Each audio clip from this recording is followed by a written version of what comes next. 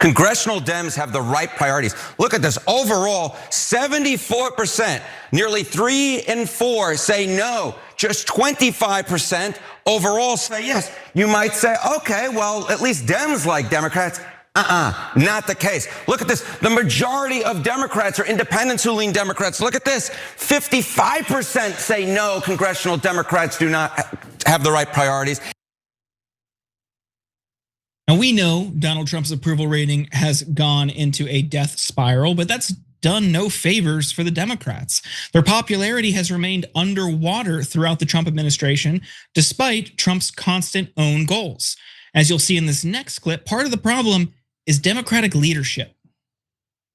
This is a trend line going back through the years, midterm elections in which there's a GOP president. Look at this. In 2006, Dems' net approval of congressional Democratic leaders was plus 28. You go back to the last midterm, look at that, plus 19. Very much on the positive side. The bottom has fallen out. The bottom has fallen out. Minus 4 points. That is Democrats. Democrats' own net approval of their own congressional leaders. Even Democrats don't like their own leaders when it comes to Congress. And overall, of course, the numbers are just absolutely awful. So Democrat on Democrat crime, absolutely. This to me screams, again, primary challenges across the map.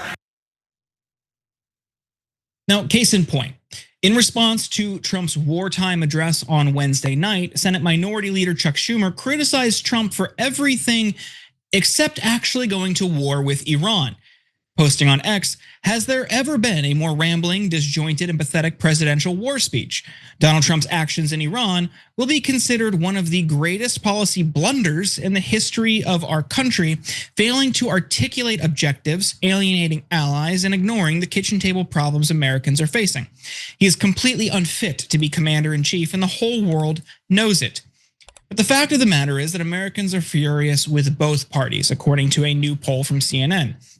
Just 28% of Americans hold a favorable view of the Democratic Party, with the Republican Party a few points higher at 32%. On the Democratic side, 72% say that a divide over the nation's approach to Israel is causing problems within the party.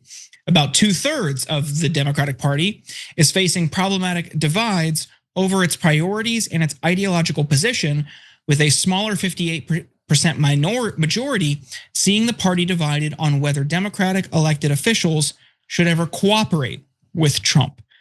Brett, I mean, we're seeing, blind, just party ballot polling showing Democrats have maybe a 6-point edge in the midterms, roughly a 3 to 4% margin of error. It feels like that should be a lot higher, and I think that reflects poorly on leadership. What do you make of it?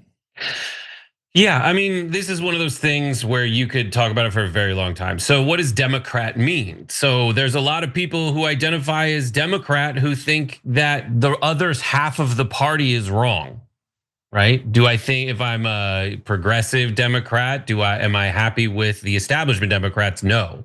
Am I an establishment Democrat who's mad about these like new up and coming feisty people who have no respect? They got no respect. Yeah, they'll say that they don't like the other part of it. And what you need to understand right now is it is right now I'm pretty sure that independents outnumber either party's identification. And it depends on where you look, but it used to be like if all the Democrats show up, they win elections. But now it's not the case not because there's more Republicans, but because there's fewer Democrats. Is because people are looking for some kind of answer. There's been a lot of ways you can point to a realignment here. What it takes for a full party realignment is stuff like the Civil War was when it happened last. And then the Civil War and then the fallout over the next like 60 years, like the final flip of the South, right? There's a lot of stuff like that, but it doesn't, like there's no one really knows what they can do themselves. So they're just mad, I think. And it's a matter of the establishment of the Democratic Party not embrace or figure, they're like, I think they're so focused on self-preservation and protecting donors, because like how much you need to raise so that you can at least have a shot in this, that they're losing on what the party is going forward. And there's a lot of people out there who are talented politicians. That's something that the party lacks a lot. Talented, that both parties lacked a lot. And And the leadership is like, I don't want to listen to you. I want to find what I think is a cookie cutter version of me that isn't good enough to threaten me.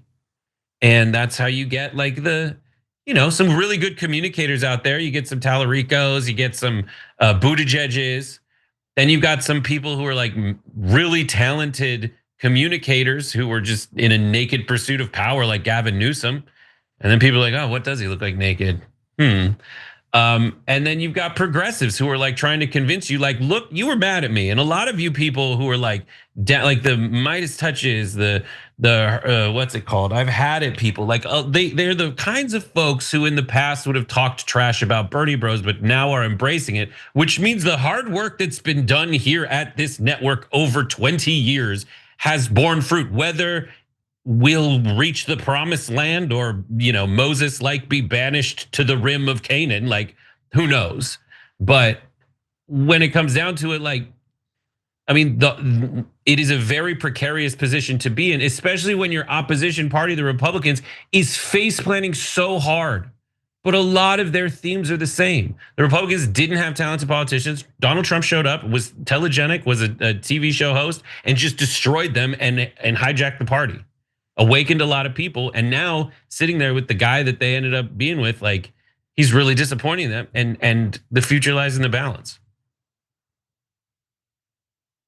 There's so many ways to approach this, but I know we're running out of time. But I think the undercurrent here is Americans overwhelmingly want a different system, because Democrats are not going to adapt to changing positions, stances, sentiments from their own base.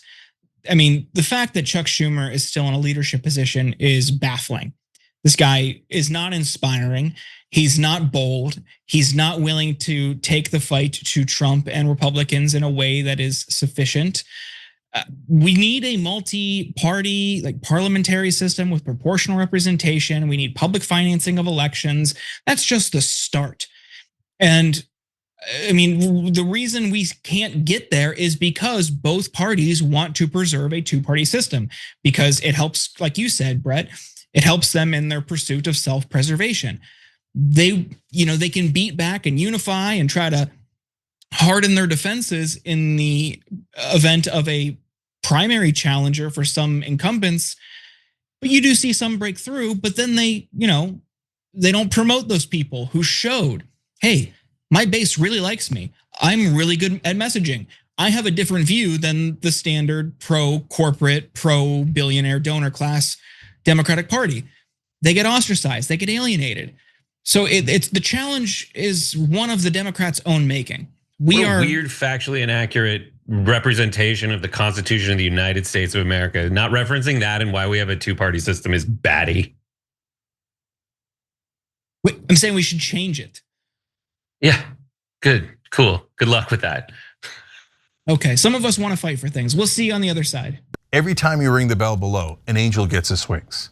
Totally not true, but it does keep you updated on our live shows.